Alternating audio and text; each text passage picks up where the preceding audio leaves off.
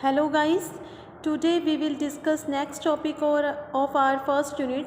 So topic number 1.3.1 is drift and diffusion currents, and we will discuss in detail about these two types of currents. तो देखिए, जब भी किसी semiconductor के through current का passing होती है या चार्जेस का फ्लो होता है तो वो टू टाइप्स से हो सकता है, ड्रिफ्ट और डिफ्यूजन। ठीक है, तो नेट करंट जो किसी पीएन जंक्शन डायोड के अक्रॉस होते हैं that will make of the two components, एक तो ड्रिफ्ट करंट होता है, एक डिफ्यूजन करंट। तो firstly we will discuss in detail about the drift current. देखिए, अगर हम किसी सेमीकंडक्टर मटेरियल पे एक्सटर्नल इलेक्ट्रिक फील्ड अप्लाई करते हैं तो बेटा उससे क्या होता है कि चार्ज कैरियर्स होते हैं जो मटेरियल में, वो ड्रिफ्ट वेलोसिटी को अटेन कर लेते हैं। ठीक है, और उस ड्रिफ्ट वेलोसिटी की वैल्यू होती है म्यू ई के इक्वल। मतलब ड्रिफ्ट वेलोसिटी का सिंबल होता है वी एंड इसके सबस्क्रिप्ट में D, and that is equal to mu into E. Here mu is the mobility. Mu जो है ये चार्ज कैरियर्स की मोबिलिटी होती है और ई है यहाँ पे इलेक्ट्रिक फील्ड। ठीक है, तो जब भी हम एक्सटर्नल इलेक्ट्रिक फील्ड अप्लाई करेंगे किसी सेमीकंडक्टर पे, वो चार्ज कैरियर्स जो है ड्रिफ्ट वेलोसिटी को अटेन करेंगे।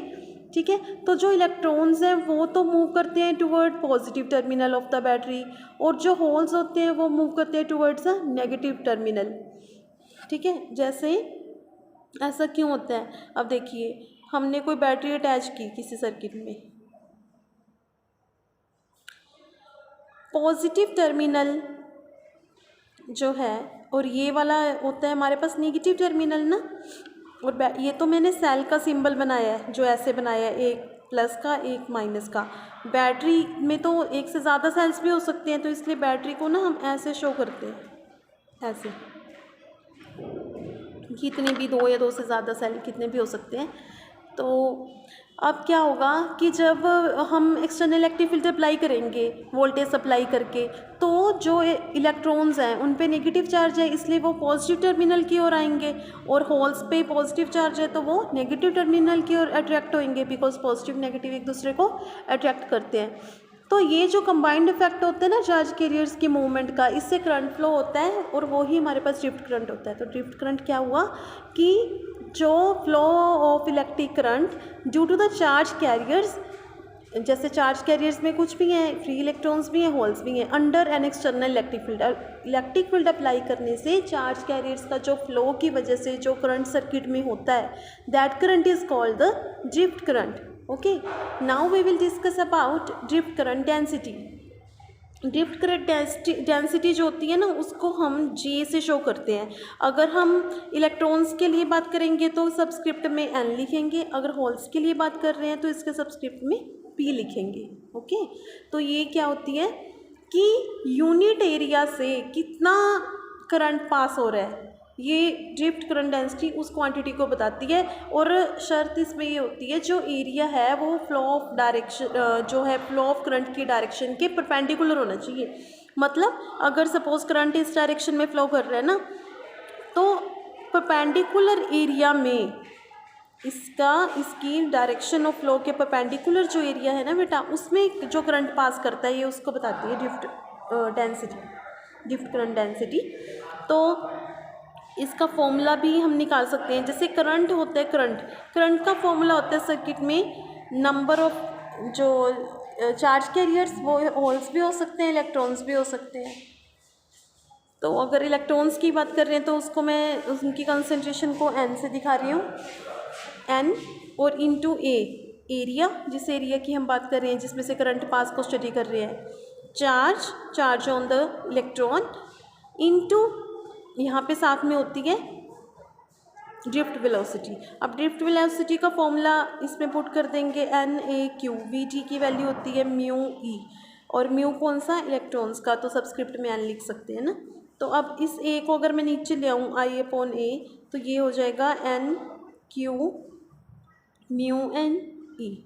ठीक है, और आई अपॉन ए होता है, ये ही हमें ड्रिफ्ट करंट डेंसिटी को बताता है। तो जे एन किसके इक्वल आ जाएगा, N Q mu N E. In the same way अगर हम बात करें होल्स के लिए तो जे पी होगा, एन की जगह पी आ जाएगा, चार्ज ऑन होल क्यू से शो कर रही हूँ मैं। ठीक है, और म्यू एन की जगह म्यू पी, मतलब मोबिलिटी किसकी, होल्स की इनटू इलेक्ट्रिक फील्ड।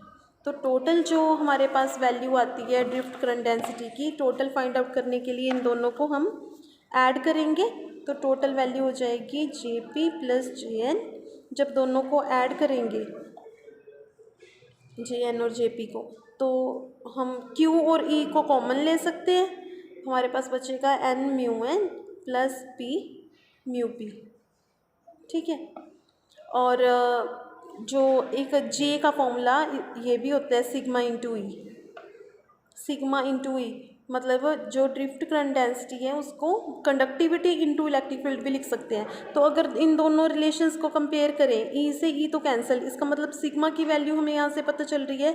तो सिग्मा क्या आ जाएगा, Q into N mu N plus P mu P। ये आपके पास सिग्मा की वैल्यू यहाँ से निकल आएगी। क्लियर। अब नेक्स्ट है हमारा डिफ्यूजन करंट। डिफ्यूजन करंट देखिए, आपको लास्ट लेक्चर में भी बताया था, जो डिफ्यूजन करंट है ये मेजॉरिटी कैरियर की वजह से होता है और ये बिना एक्सटर्नल वोल्टेज अप्लाई किए सर्किट में फ़्लो करता है। ठीक है। तो इलेक्ट्रिक करंट जो सेमीकंडक्टर में फ़्लो कर रहा है even in the absence of the applied voltage, मतलब वोल्टेज अप्लाई नहीं की तो भी होगा। क्यों होता है फिर ये, कंसंट्रेशन ग्रेडियंट की वजह से। कंसंट्रेशन ग्रेडियंट कहाँ से आता है, कंसंट्रेशन डिफरेंस की वजह से। मतलब हमें पता है कि P टाइप मटेरियल में होल ज़्यादा है इलेक्ट्रॉन कम है, N टाइप में इलेक्ट्रॉन ज़्यादा है होल्स कम है। तो कंसंट्रेशन डिफरेंस की वजह से high concentration to low concentration charge carriers flow करते हैं। उस वजह से जो करंट सर्किट में प्रोड्यूस होते हैं ना बेटा, उससे हम कहते हैं डिफ्यूजन करंट। ओके। तो जो है ये मैंने आपको बताई थी ना, कंसंट्रेशन डिफरेंस की वजह से ये डेवलप होता है। तो इसकी जो वैल्यू होती है वो भी हम फाइंड आउट कर सकते हैं। डिफ्यूजन करंट जो होता है ना ये बहुत कम होता है एक्चुअली, और इसे हम लीकेज करंट भी कह सकते हैं। लीकेज करंट ये बिना एक्सटर्नल वोल्टेज अप्लाई किए भी सर्किट में होता ही होता है, इसलिए इसे लीकेज करंट कहा जाता है।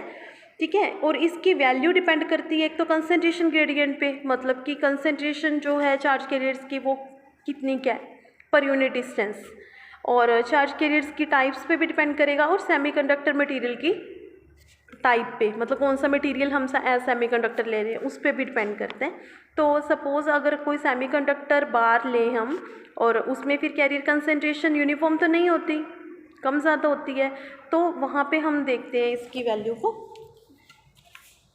देखिए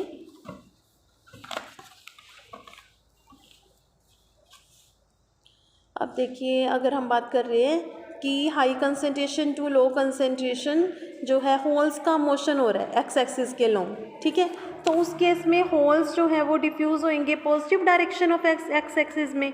तो उस केस में जो हमारे पास डिफ्यूजन करंट डेंसिटी, पहले तो ड्रिफ्ट करंट डेंसिटी की बात की है, अब डिफ्यूजन करंट के लिए डिफ्यूजन करंट डेंसिटी की बात करेंगे फॉर होल्स।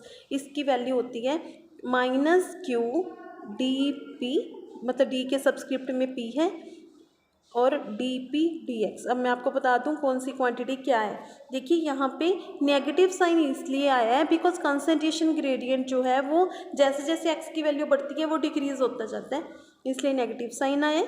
Q चार्ज को रिप्रेजेंट कर रहे हैं होल्स के। dP बेटा ये डिफ्यूजन कांस्टेंट होता है होल्स के लिए। dP/dx का मतलब है कंसंट्रेशन ग्रेडियंट, मतलब number of holes per unit distance. Okay.